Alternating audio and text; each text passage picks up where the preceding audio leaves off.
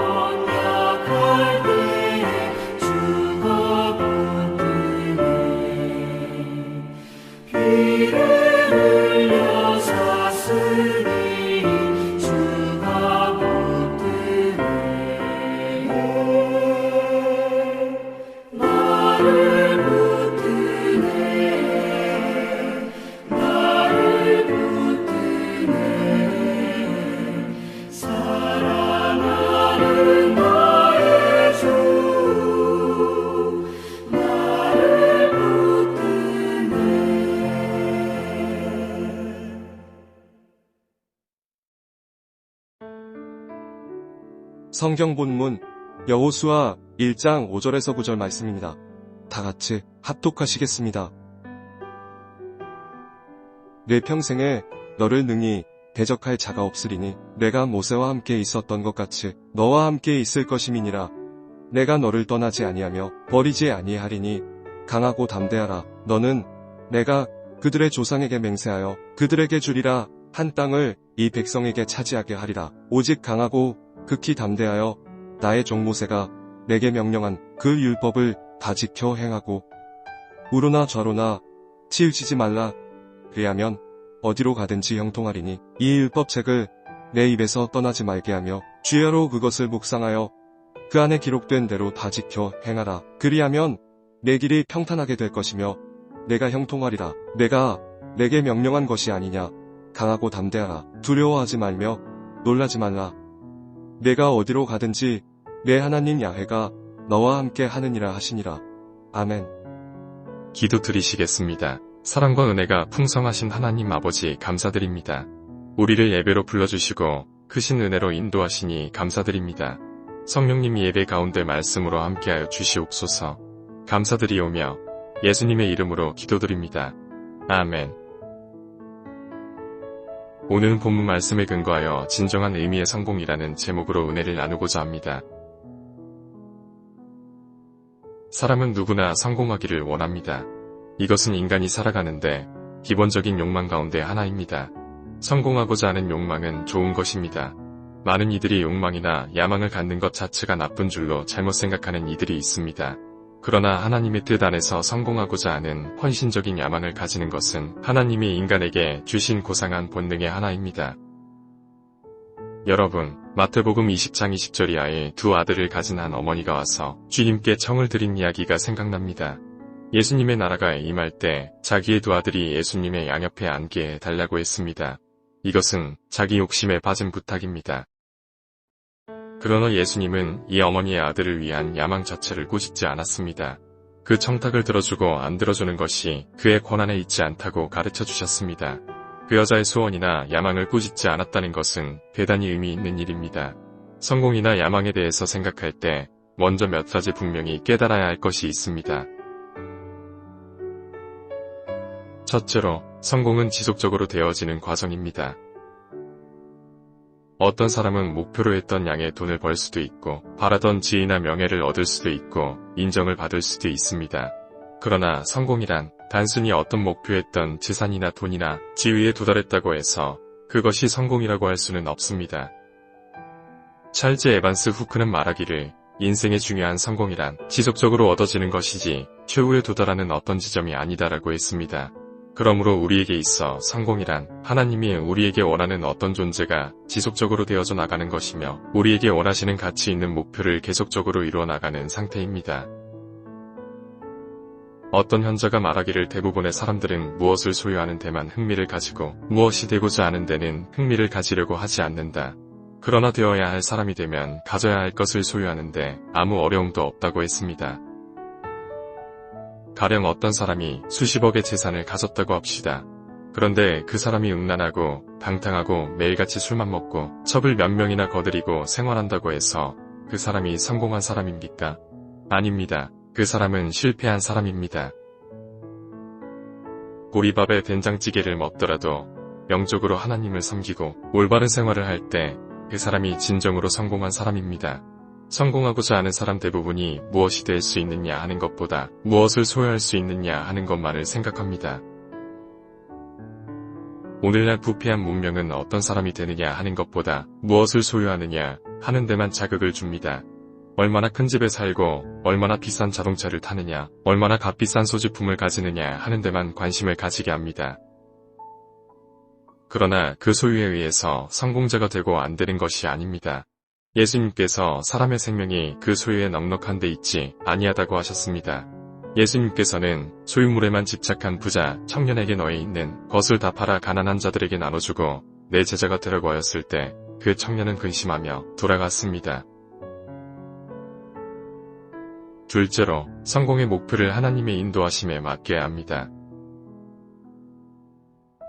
하나님은 모든 크리스천들을 위해서 좋고 세밀한 계획을 다 가지고 계십니다.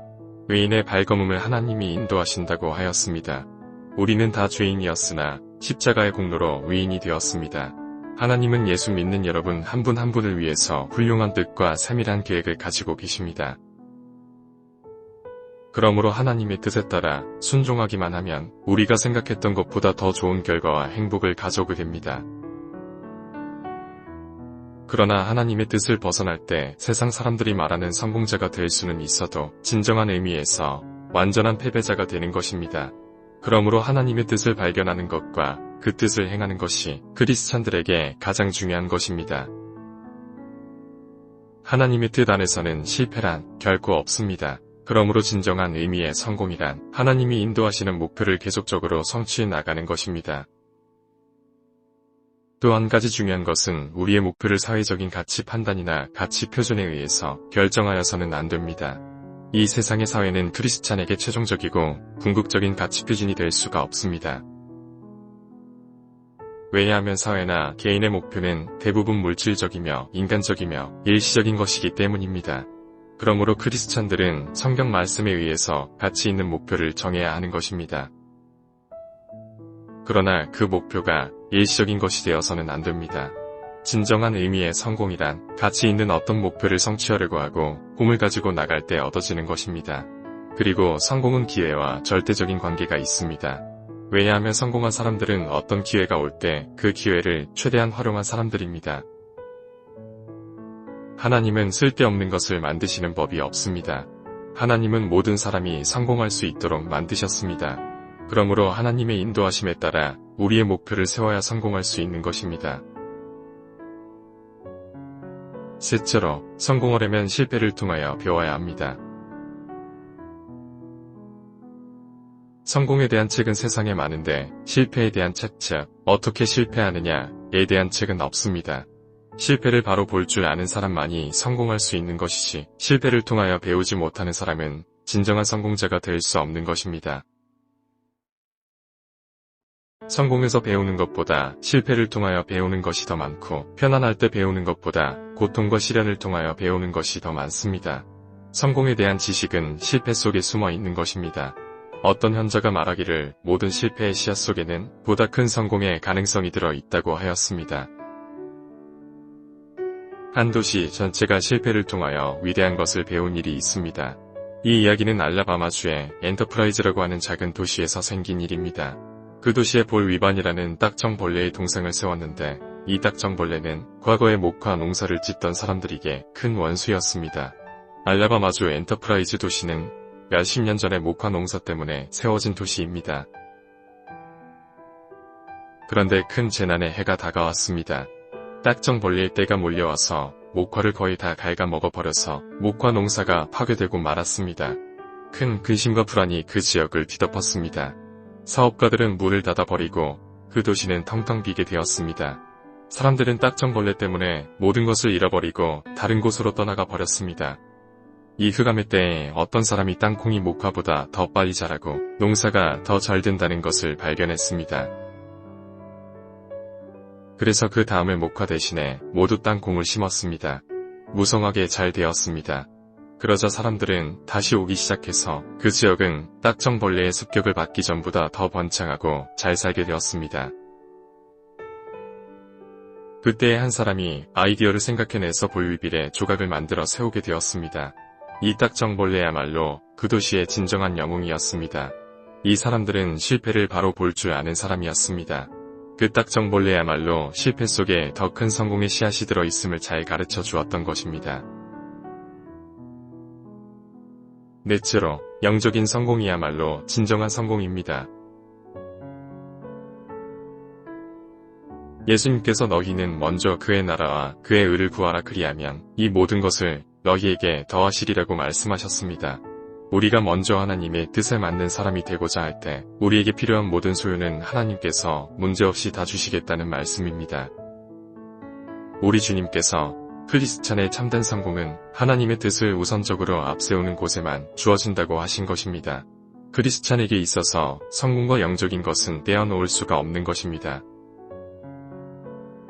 누가복음 16장에 나타난 부자 거지 나사로의 이야기는 이 원리를 잘 설명해 주고 있습니다. 그 부자는 세상의 모든 물건을 다 가지고 물질적인 축복으로 날마다 즐겁게 놀다가 죽어서 지옥으로 갔습니다. 그리고 거지 나사로는 아무것도 가지고 있지 못하고 비참하게 살다가 죽은 후에 천국으로 갔습니다.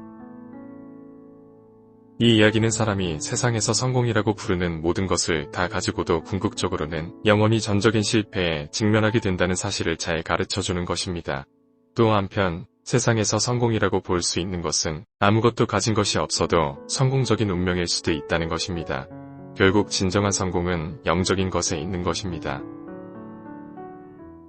1923년에 세상에서 소위 경제적으로 성공했다고 하는 유명한 사람 9명이 시카고에 있는 에드거 워터 비치 호텔에서 만났습니다. 세계 최대의 강철 회사 사장인 찰스 시왑이라는 사람과 가장 큰 전자제품 회사 사장인 사무엘 이솔이라는 사람과 가수회사 사장 하워드 호프슨 씨와 최대의 양곡 투기업자 아조르 카튼 씨와 뉴욕의 증권시장 사장인 리차드 휘트니 씨, 대통령의 안보 담당 보좌관인 알버트 폴 씨와 월가의 유명한 시장업자인 제스 리버모어 씨와 세계 최대 전매회사 사장인 이바르 크레우고 씨, 국제안전은행 행장인 레온 프라셀 씨 등 9명이 모두 모였습니다. 페더럴 레저브 은행이 발표한 바에 의하면 이 사람들이 세계 경제계에서 가장 힘이 강한 사람들이었다고 합니다. 아무도 이 사람들이 성공했다고 하는 것을 부인할 사람이 없었습니다. 그러나 그들의 성공은 물질적인 것이었습니다. 그들은 아무도 참된 성공은 영적인 것이라는 것을 생각지 못했습니다. 25년 후에 이 사람들이 최후가 하나님과 하나님의 뜻을 저버린 성공은 어리석고 헛되다는 것을 설명해 주고 있습니다. 찰스 시왑은 파멸을 당하고 마지막 5년을 빚더미에서 살았고, 사무엘 이설은 법정과 빚쟁이를 피해서 외국에서 망명생활을 하다가 죽었고, 하워드 호프스는 미쳐서 정신병원에 들어갔고, 아조르 카트는 파산해서 외국에서 객사했고, 리차드 휘트니는 막 감옥에서 풀려나왔고, 알버튼 폴은 감옥에서 있다가 겨우 집에 와서 죽을 수 있는 허락을 받았고, 제스 리버모어 씨와 이바르 크레우고 씨와 레온 프라셀 씨는 모두 자살했습니다. 이 사람들은 오늘날의 문명이 성공이라고 칭찬하고 경화하는 돈, 명예, 권세를 다 가진 사람이었으나 결국 비참한 패배로 끝나고 말았습니다. 이 사람들은 참된 성공이란 영적인 것이라는 것을 깨닫지 못했기 때문에 실패했습니다. 요한 1서 2장 17절에 이 세상도 그 정욕도 지나가되 오직 하나님의 뜻을 행하는 자는 영원히 거하느니라고 말씀했습니다. 그들은 영원한 것을 일시적인 것을 위해 희생한 것입니다. 우리들의 문화는 성공을 돈과 물질적인 것에 강조점을 둡니다. 그러나 돈은 오히려 사람을 성공자가 되게 하지 못합니다. 존 디 록펠러는 말하기를 가장 가난한 사람은 돈밖에 아무것도 소유하지 못한 사람이다라고 하였습니다. 어떤 사람은 권세와 명예에다 가치를 둡니다. 하지만 진정한 성공이란 하나님이 당신에게 원하는 것이 무엇임을 발견하고 그것을 행하는 사람입니다. 우드론 윌슨이 말하기를 나는 언제인가 실패를 가져오게 될 승리보다는 어느 날 성공을 가져오게 될 실패를 더 원하겠다고 했습니다. 그러므로 진정한 성공은 영적인 것이며 영혼의 빛에 비추어서 판단되지 않는 것은 아무것도 성공이라고 할 수 없습니다. 다섯째로, 성공은 최선을 다하는 것입니다. 우리는 모두 같은 재능과 같은 능력을 가질 수는 없습니다. 또 같은 원칙에 의해서 경쟁할 수도 없습니다.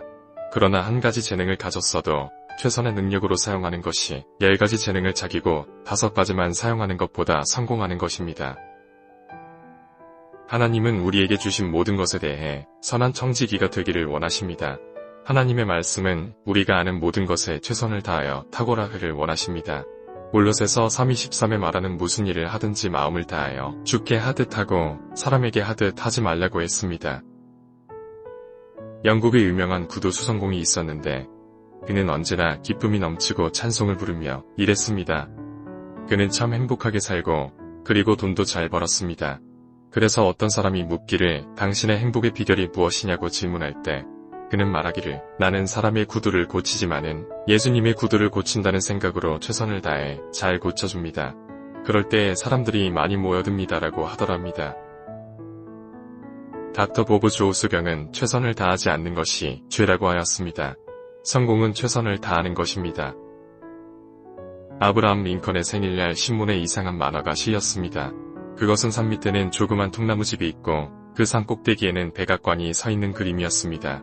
그리고 그 두 건물 사이에는 사닥다리가 놓여져 있었습니다. 그리고 그 만화 그림 밑에는 다음과 같은 글이 적혀 있었습니다. 그 사닥다리는 아직도 놓여 있다는 글입니다. 옳습니다. 그러나 그 사닥다리를 오르는 데는 땀과 노력과 최선을 다하고자 하는 참된 욕망이 필요합니다. 여섯째로, 성공은 언제나 하나님의 말씀과 관계되어 있습니다. 여호수아 1장 8절에 하나님께서 여호수아에게 하신 이 율법책을 내 입에서 떠나지 말게 하며 주야로 그것을 묵상하여 그 안에 기록된 대로 다 지켜 행하라. 그리하면 내 길이 평탄하게 될 것이며 내가 형통하리라는 말씀의 전체 구절을 연구해보면 여호수아의 성공은 율법책에 근거한 것임을 발견하게 됩니다. 이 율법의 책은 성공의 두 가지 원리와 관계되어 있습니다. 성경 말씀을 끊임없이 묵상하는 것과 그 모든 명령을 순종하려고 하는 것입니다. 시편 한 편에는 성공이란 말을 쓰지 않았으나 시편 한 편 3절에 그는 시냇가에 심은 나무가 철을 따라 열매를 맺으며 그 잎사귀가 마르지 아니함 같으니 그가 하는 모든 일이 다 형통하리로다는 말씀은 성공이란 뜻입니다. 이 말씀들을 보면 성공은 성경이 가르치는 말씀을 묵상하고 행하는 데 있다는 것을 알 수 있습니다. 세상적인 성공은 돈을 많이 쌓아놓은 것과 권세와 명예와 명성에 의해서 측정됩니다. 그러나 이것들은 일시적인 것이요 변하는 것입니다. 기껏해야 무덤에 갈 때까지만 있는 것입니다. 소망도 주지 못하고 평안과 위로를 주지 못합니다. 한편 경건한 성공이 있습니다. 그것은 하나님의 뜻을 발견하는 데서만 얻어지는 것입니다. 하나님의 말씀을 묵상하고 순종하는 데에서 얻어지는 것입니다. 예수 그리스도를 먼저 구하는 데서만 얻어집니다. 이것은 영구하고 영원한 성공입니다. 영원히 견디는 것입니다. 우리에게 소망을 주고 마음을 위로해주고 기쁨을 주고 다른 사람에게 용기를 주며 캄캄한 밤 중에서도 힘을 얻을 수 있습니다. 사랑하는 여러분, 이제 참된 성공이 무엇인지 바로 깨달아 진정한 성공자가 되시기를 주의 이름으로 축복합니다. 아멘. 주기도문으로 예배를 마치겠습니다. 하늘에 계신 우리 아버지여, 이름이 거룩히 여김을 받으시오며 나라가 임하시오며 뜻이 하늘에서 이루어진 것 같이 땅에서도 이루어지이다. 오늘 우리에게 일용할 양식을 주시옵고 우리가 우리에게 죄 지은 자를 사하여 준 것 같이 우리 죄를 사하여 주시옵고 우리를 시험에 들게 하지 마시옵고 다만 악에서 구하시옵소서. 나라와 권세와 영광이 아버지께 영원히 있사옵나이다. 아멘. 오늘도 승리했습니다. 할렐루야.